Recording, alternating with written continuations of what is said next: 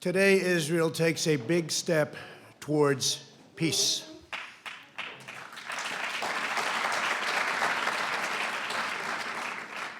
Young people across the Middle East are ready for a more hopeful future, and governments throughout the region are realizing that terrorism and Islamic extremism are everyone's common enemy. Yesterday, I had the pleasure of meeting with both the Prime Minister of Israel and a man that's working very hard to become the Prime Minister of Israel in the longest-running election of all time, Benny Gantz of the Blue and White Party. And both leaders joined me to express their support for this effort, proving that the state of Israel looking for peace and that peace transcends politics by any measure, unmeasurable. That's what they want.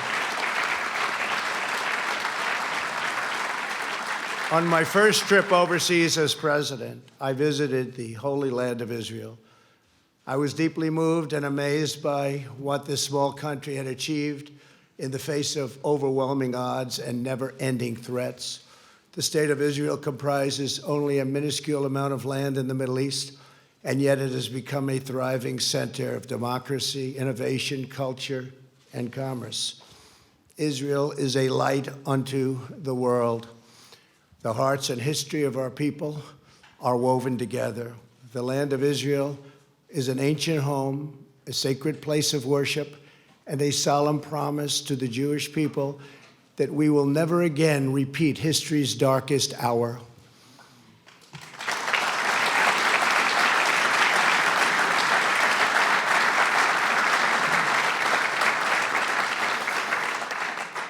During my trip to Israel, I also met with Palestinian President Abbas in Bethlehem. I was saddened by the fate of the Palestinian people. They deserve a far better life. They deserve the chance to achieve their extraordinary potential. Palestinians have been trapped in a cycle of terrorism, poverty, and violence, exploited by those seeking to use them as pawns to advance terrorism and extremism. I returned from my visit determined to find a constructive path, and it's got to be a very powerful path forward in the Israeli-Palestinian conflict. To further this effort, I also met with President Abbas at the White House. Forging peace between Israelis and Palestinians may be the most difficult challenge of all. All prior administrations, from President Lyndon Johnson, have tried and bitterly failed. But I was not elected to do small things or shy away from big problems.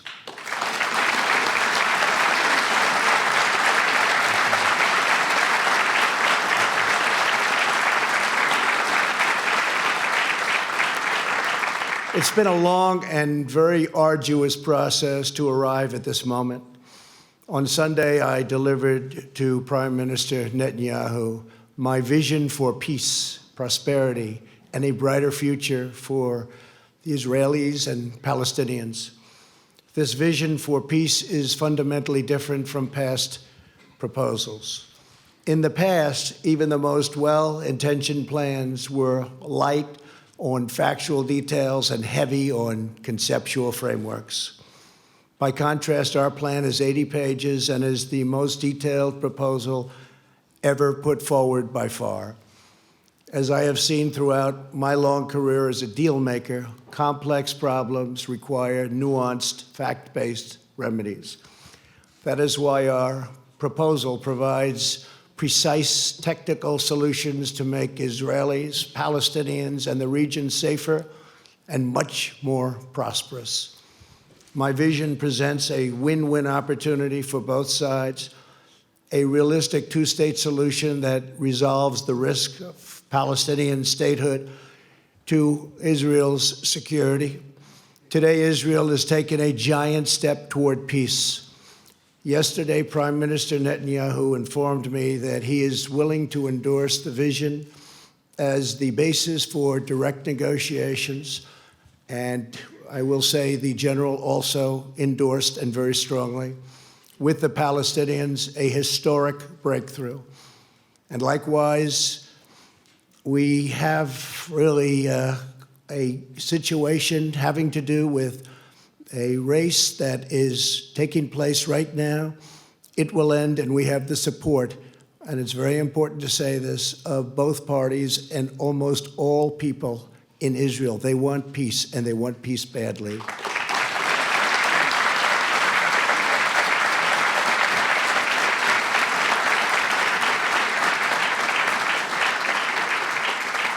This is the first time Israel has authorized the release of a conceptual map illustrating the territorial compromises it's willing to make for the cause of peace, and they've gone a long way. This is an unprecedented and highly significant development. Mr. Prime Minister, thank you for having the courage to take this bold step forward.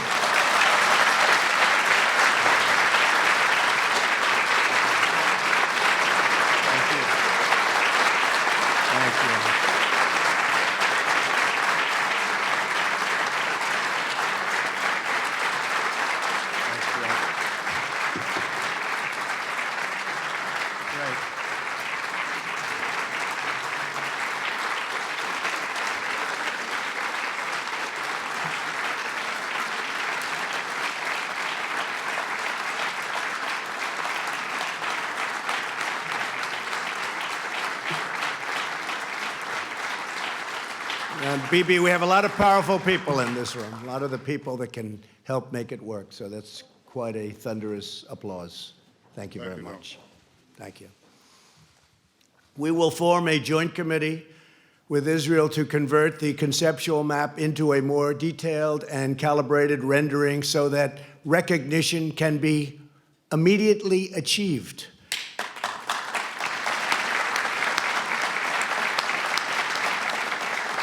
We will also work to create a contiguous territory within the future Palestinian state for when the conditions for statehood are met, including the firm rejection of terrorism.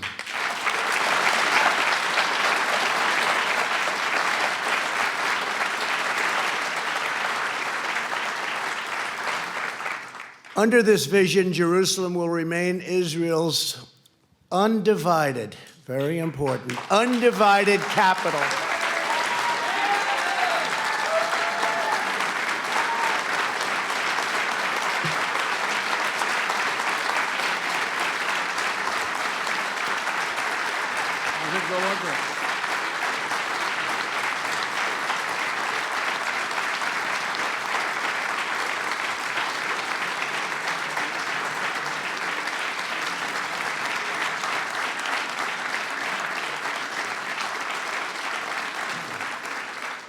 But that's no big deal, because I've already done that for you, right? We've already done that, but that's okay. It's going to remain that way. And the United States will recognize Israeli sovereignty over the territory that my vision provides to be part of the state of Israel. Very important.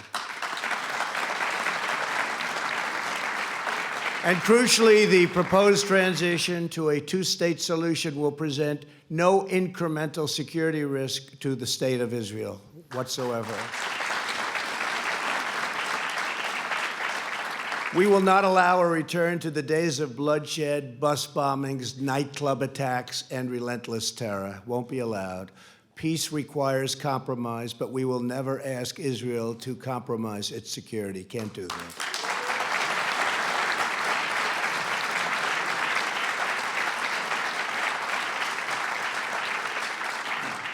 As everyone knows, I have done a lot for Israel, moving the United States Embassy to Jerusalem, recognizing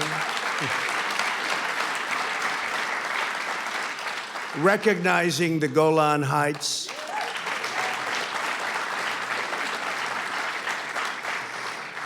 and frankly, perhaps most importantly, getting out of the terrible Iran nuclear deal.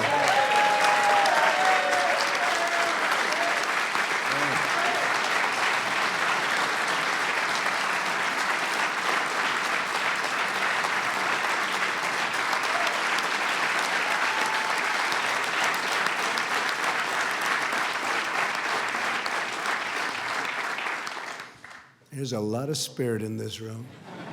It's true. You don't see it often. You don't see it often. Therefore, it is only reasonable that I have to do a lot for the Palestinians, or it just wouldn't be fair. Now, don't clap for that, okay? But it's true.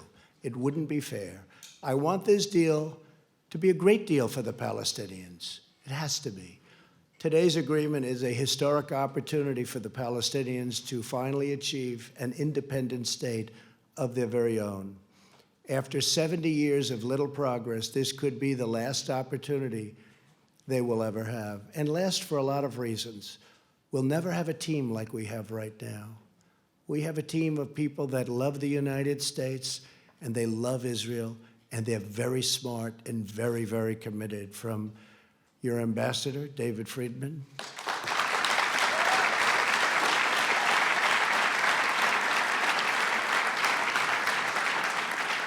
to Jason and Avi and Jared,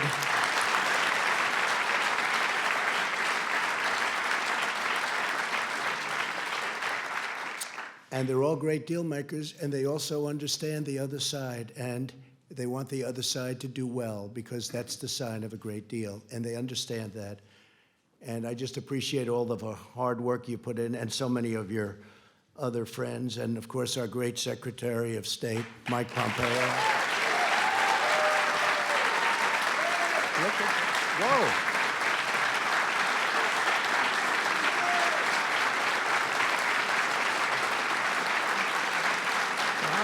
That's impressive. That was very impressive, Mike. That reporter couldn't have done too good a job on you yesterday, huh? I think you did a good job on her, actually. That's good. Thank you, Mike. Great. Are you running for Senate? I guess the answer is no after that, huh? They all want him to. Kansas, great state. They want him to, but you're doing a great job. Don't move. The Palestinian people have grown distrustful after years of unfulfilled promises. So true. Yet I know they are ready to escape their tragic past and realize a great destiny. But we must break free of yesterday's failed approaches. This map will more than double the Palestinian territory and provide a Palestinian capital in eastern Jerusalem, where America will proudly open an embassy.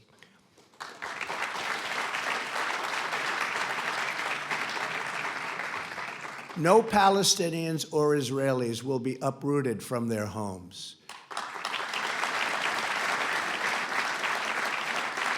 Israel will work closely with a wonderful person, a wonderful man, the King of Jordan, to ensure that the status quo of the Temple Mount is preserved and strong measures are taken to ensure that all Muslims who wish to visit peacefully and pray at the Al-Aqsa Mosque will be able to do so.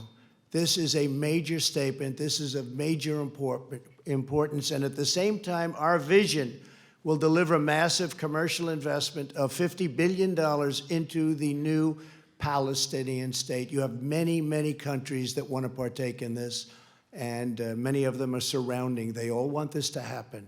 Virtually every one of them want this to happen, and I think, Bibi, you know that very well. You're going to have tremendous support from your neighbors and beyond your neighbors.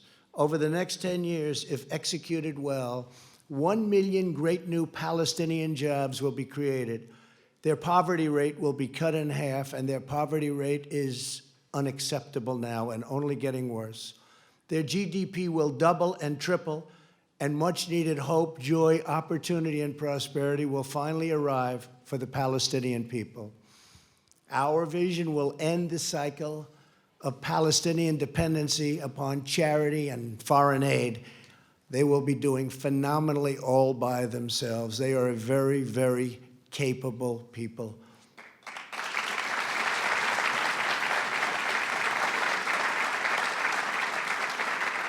And we will help by empowering the Palestinians to thrive on their own.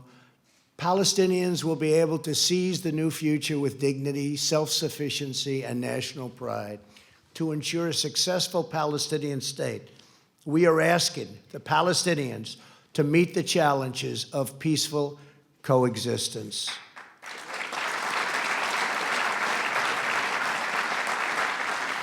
This includes adopting basic laws enshrining human rights, protecting against financial and political corruption, stopping the malign activities of Hamas, Islamic Jihad, and other enemies of peace, ending the incitement of hatred against Israel, so important, and permanently halting the financial compensation to terrorists.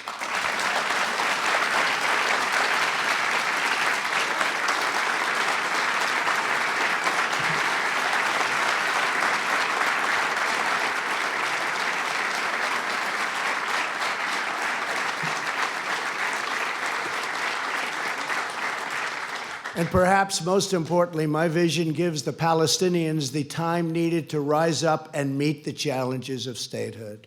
I sent a letter today to President Abbas. I explained to him that the territory allocated for his new state will remain open and undeveloped for a period of 4 years.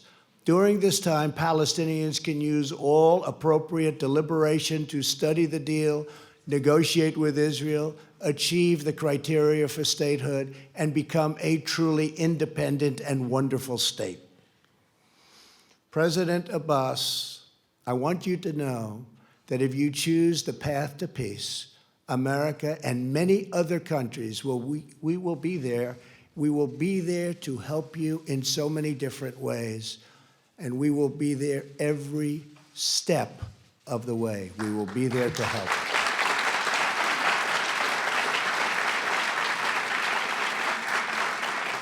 In other words, for the first time in many, many decades, I can say, it will work. It's going to work. If they do this, it will work. Your response to this historic opportunity will show the world to what extent you are ready to lead the Palestinian people to statehood. The Middle East is changing rapidly.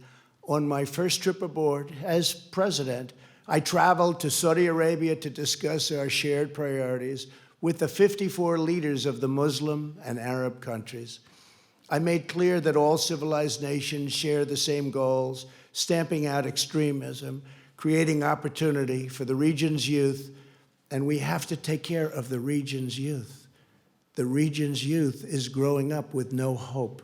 We have to take care of the region's youth and existing in harmony with one's neighbors. Since that time, immense progress has been made. A growing number of nations have taken strong stands against terrorism and radicalization. You see it. Thanks to the courage of U.S. forces, the ISIS territorial caliphate, 100%, not 95%, not 99 or any other percent, 100% of the caliphate, ISIS, is destroyed, and its savage leader, al-Baghdadi, is now dead.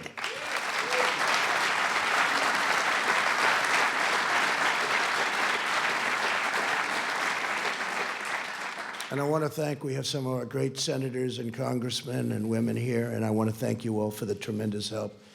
Thank you very much, Jim, Ted, everybody, Steve. Our leader, thank you. Mark, thank you. Great people. These are great people. They work so hard, and they love this country. The Iranian regime is isolated and weakened greatly. We eliminated Qasem Soleimani, the world's top terrorist.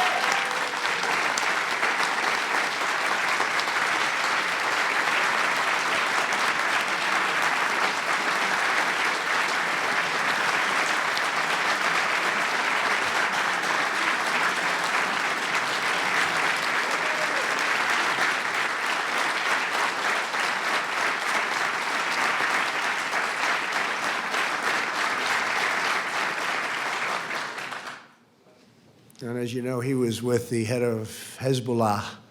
I don't think they were up to anything good. I don't think so. He ran an organization called Jerusalem Liberation Forces and used his hatred, total, severe hatred of Israel as a rallying cry to divert attention from the incompetence and shortcomings of his government. He falsely promoted the sinister notion that a free Jerusalem, we must really be at war with Israel. So to have it free, we have to be at war with Israel. And he said it very, very powerfully. In fact, it's been in this false war that Israel, really, the enemies of peace, have used it. They just used it as an excuse to divide and totally oppress the Middle East. In truth, Jerusalem is liberated.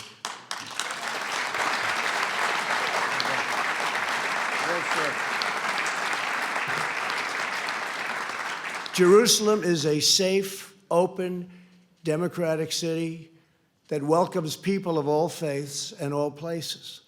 It is time for the Muslim world to fix the mistake it made in 1948 when it chose to attack instead of recognize the new state of Israel. It's time.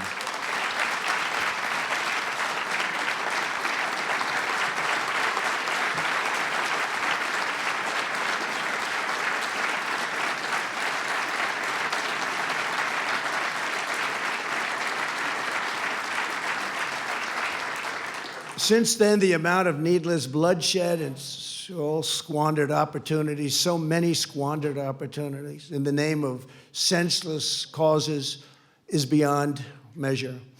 The Palestinians have been the primary pawn in this regional adventurism, and it's time for this sad chapter in history to end quickly, end now. It's never too late for courageous leaders to set a new course, to pursue what is right, to change the future only for the better.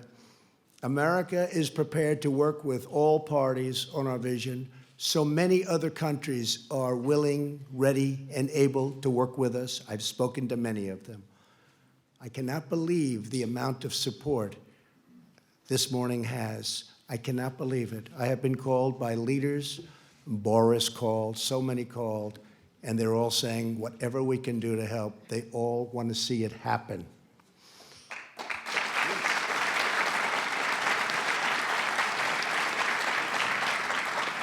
But America cannot care more about peace than the stakeholders in the region. There are many Muslims who never visited Al-Aqsa, and many Christians and Jews who never visited the holy sites in the West Bank described so vividly in the Bible.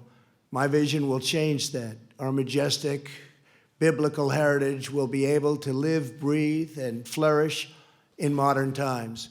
All humanity should be able to enjoy the glories of the Holy Land. This part of the world is forever connected to the human soul and the human spirit. These ancient lands should not be symbols of conflict, but eternal symbols of peace.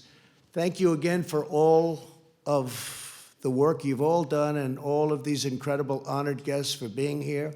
And in particular, I want to thank Prime Minister Netanyahu. I also want to thank Oman, Bahrain, and the United Arab Emirates for the incredible work they've done, helping us with so much and sending their ambassadors to be with us today. Thank you very much for being here. Oman, Bahrain, and the Arab Emirates? Yeah.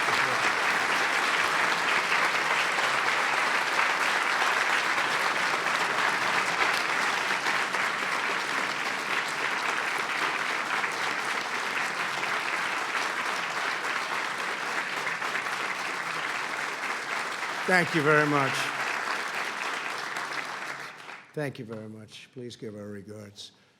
America's partnerships in the region have never been greater, and our alliance with the State of Israel has never, ever been stronger than it is today.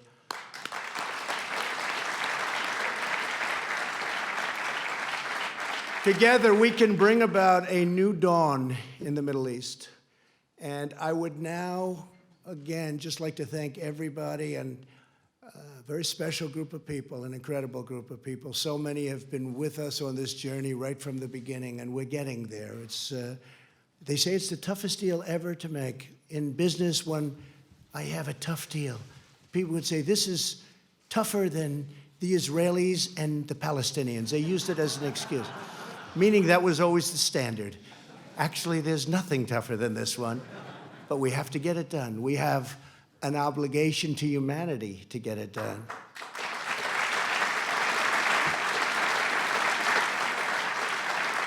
So I would now like to introduce the Prime Minister of Israel, who's worked so hard on this, Benjamin Netanyahu. Thank you.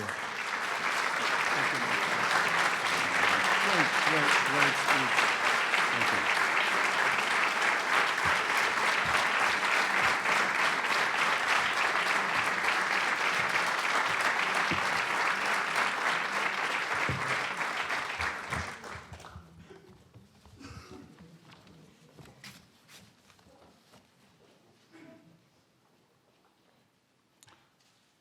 In the Middle East, we drink water before a long voyage.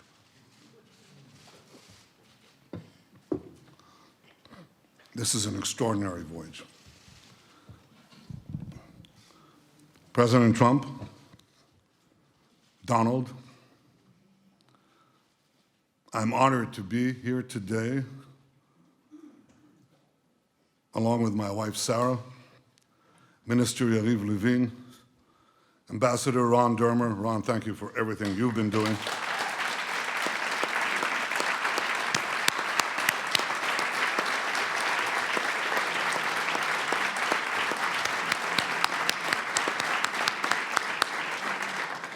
National Security Advisor Meir Ben Shabbat, thank you too, Mayor. And our entire delegation. We are honored to be here with you, Mr. President, with Secretary of State Mike Pompeo. We applaud you, Mike. Secretary of the Treasury Steve Mnuchin, National Security Advisor Robert O'Brien, America's UN Ambassador Kelly Craft, Jared Kushner and Ivanka, it's good to see you both.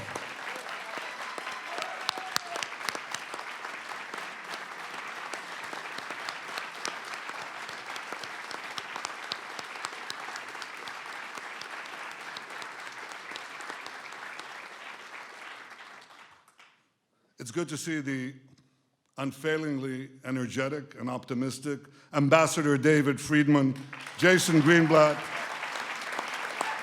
Avi Berkowitz, Brian Hook, and the rest of your exceptional peace band, Mr. President. It's good to be here with the other distinguished ladies and gentlemen of your administration, with senators and members of Congress who are Israel's greatest friends on Capitol Hill. Thank you.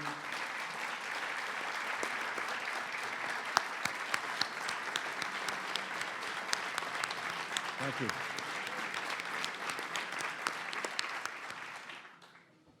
With the ambassadors of the United Arab Emirates, Bahrain, and Oman, what a pleasure to see you here, and what a sign it portends.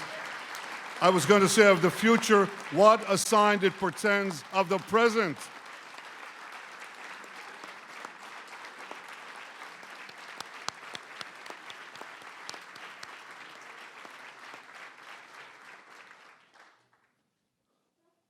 To all of you and to the many other distinguished guests who are here today, this is a historic day. And it recalls another historic day. We remember May 14th, 1948, because on that day, President Truman became the first world leader to recognize the state of Israel after our first Prime Minister, David Ben-Gurion, declared our independence.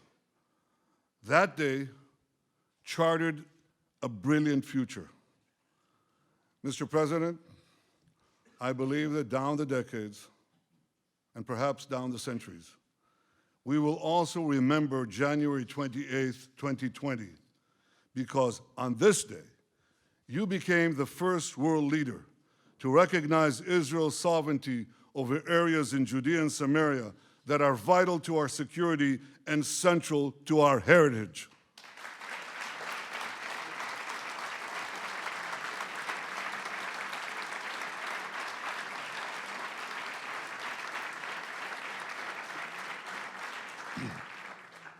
And on this day, you too have charted a brilliant future for Israelis, Palestinians, and the region by presenting a realistic path to a durable peace.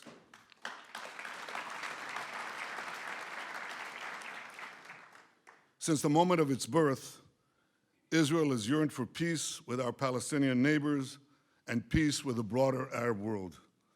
For decades, that peace has proved elusive, despite so many well-intentioned plans. One after the other, they failed. Why did they fail? They failed because they did not strike the right balance between Israel's vital security and national interests and the Palestinians' aspirations for self-determination. Too many plans tried to pressure Israel to withdraw from vital territory like the Jordan Valley. But you, Mr. President, you recognized that Israel must have sovereignty in the Jordan Valley and in other strategic areas of Judea and Samaria, rather than pay easy lip service to Israel's security and simply shut your eyes, hope for the best. You recognize that Israel must have sovereignty in places that enable Israel to defend itself by itself.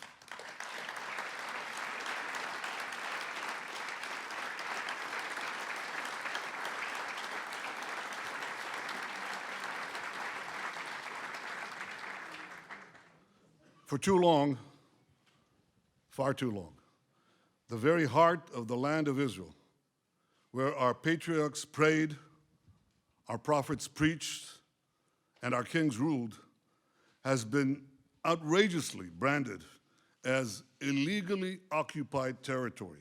Well, today, Mr. President, you are puncturing this big lie.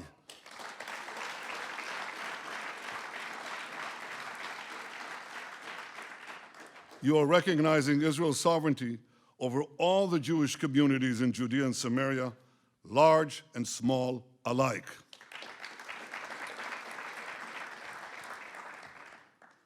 These, as the distinguished pastors who are here know very well, these are places inscribed in the pages of the Bible. These are places carved into the bedrock of our common civilization. The sacred tomb in Hebron, where the fathers and mothers of the Jewish people are buried. Bet El, where Jacob dreamed of a ladder ascending to the heavens. Shiloh, where the Ark of the Covenant that held the 10 Commandments for centuries. That's what happened in Shiloh. Thanks to you, Mr. President, these areas and so many others that for millennia have been etched in the soul of the Jewish people and have fired the imaginations of millions of people around the world and across the world. These areas will now be recognized by the United States as a permanent part of the Jewish state.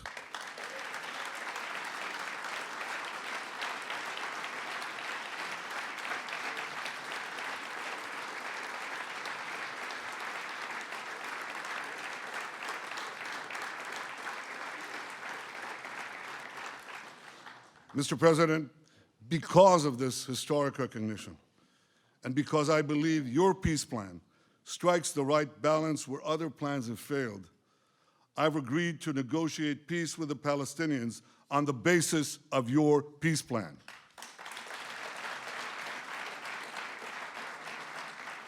It's a great plan for Israel. It's a great plan for peace. Frankly, Mr. President, given all that you have already done for Israel, I'm not surprised. You have been the greatest friend that Israel has ever had in the White House.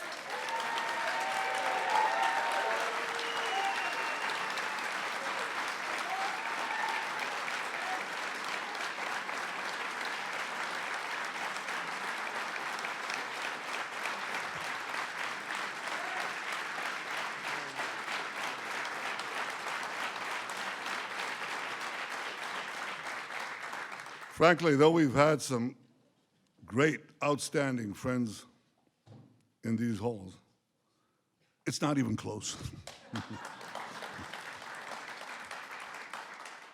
Your historic decisions to recognize Jerusalem as Israel's capital, to recognize Israel's sovereignty over the Golan Heights, to reaffirm Israel's legal claims in Judea and Samaria, to stand up to Iran, to pull out of that dangerous Iran deal, to confront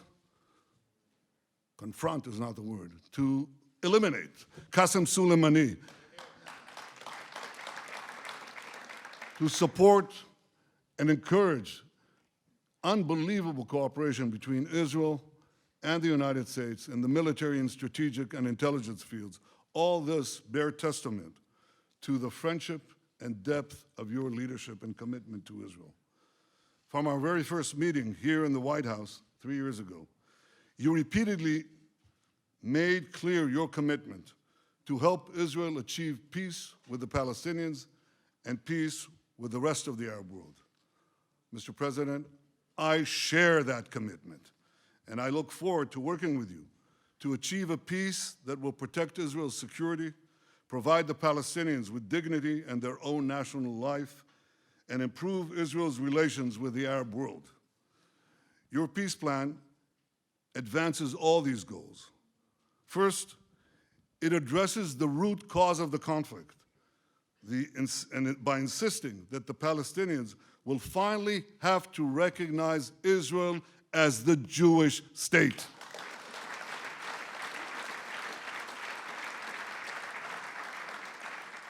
Second, it stipulates that Israel will retain security control in the entire area west of the Jordan River, thereby giving Israel a permanent eastern border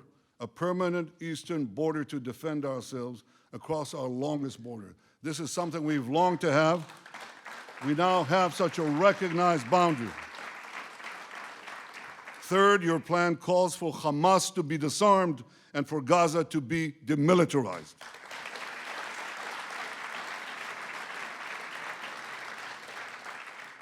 Fourth, it makes clear that the Palestinian refugee problem must be solved outside the state of Israel. Fifth, it calls for our ancient capital, Jerusalem, to remain united under Israel's sovereignty.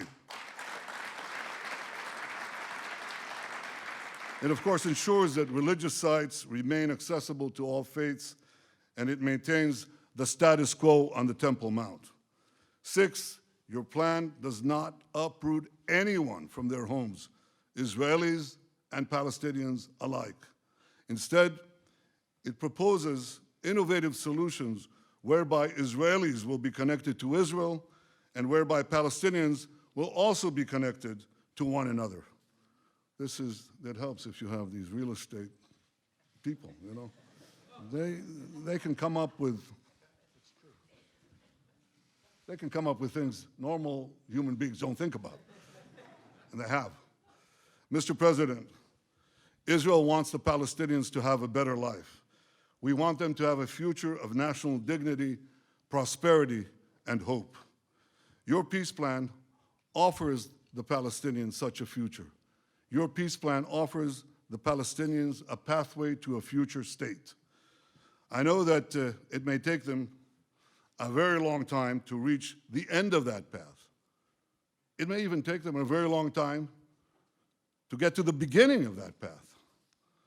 But if the Palestinians are genuinely prepared to take that path, if they're genuinely prepared to make peace with the Jewish state, and if they agree to abide by all the conditions you have put forward in your plan, Israel will be there. Israel will be prepared to negotiate peace right away.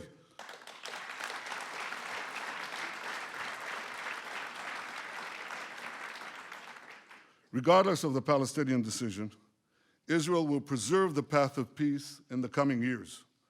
For at least 4 years, Israel will maintain the status quo in areas that your plan does not designate as being part of Israel in the future. At the same time, Israel will apply its laws to the Jordan Valley, to all the Jewish communities in Judea and Samaria, and to other areas that your plan designates as part of Israel and which the United States has agreed to recognize as part of Israel.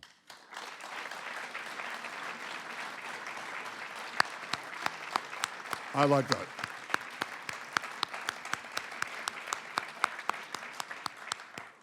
This decision will protect Israel's security, ensure Israel's national interests, and leave open the possibility of a political settlement with the Palestinians in the coming years. Mr. President, I hope the Palestinians embrace your vision of peace. Embrace the plan that you and your team and us worked so hard to achieve. I hope that they seize the opportunity offered by your sweeping economic plan. I've read it. It takes enormous talent to reject $50 billion worth of investment. I know what that does to an economy. I know what it will do to Palestinian lives. I know what it will do to the youth of the region. I hope that the Palestinians embrace this and build with Israel a future of prosperity and peace.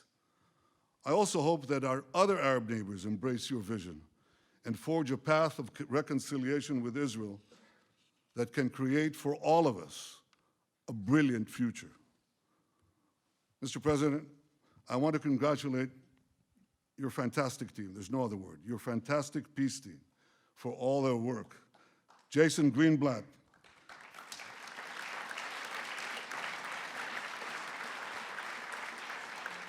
thank you, Jason, for the terrific job you did as America's peace envoy for nearly 3 years.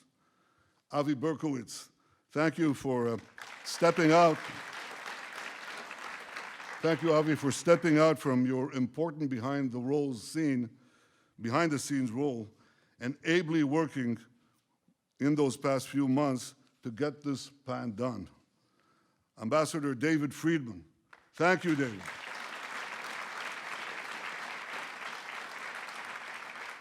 Thank you for your essential contribution to this effort and for the terrific job you do every day to strengthen the great alliance between Israel and America.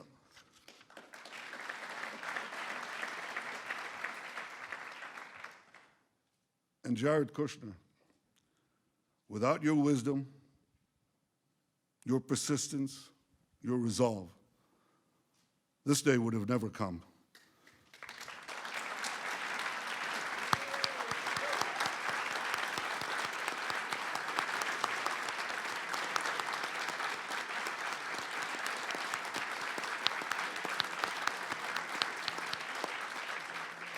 I know how much the Jewish future means to you and to your family.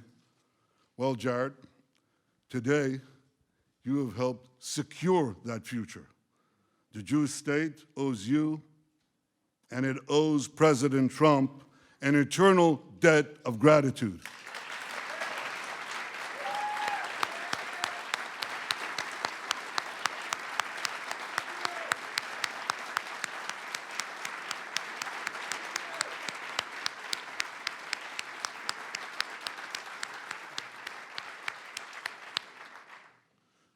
Mr. President, on that historic day of May 14th, 1948, both David Ben-Gurion and President Truman had a fateful decision to make.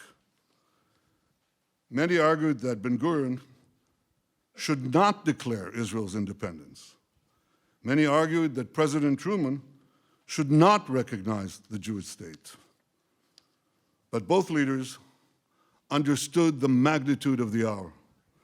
They seized the moment and they changed history. Like you, Mr. President, I understand the magnitude of this moment.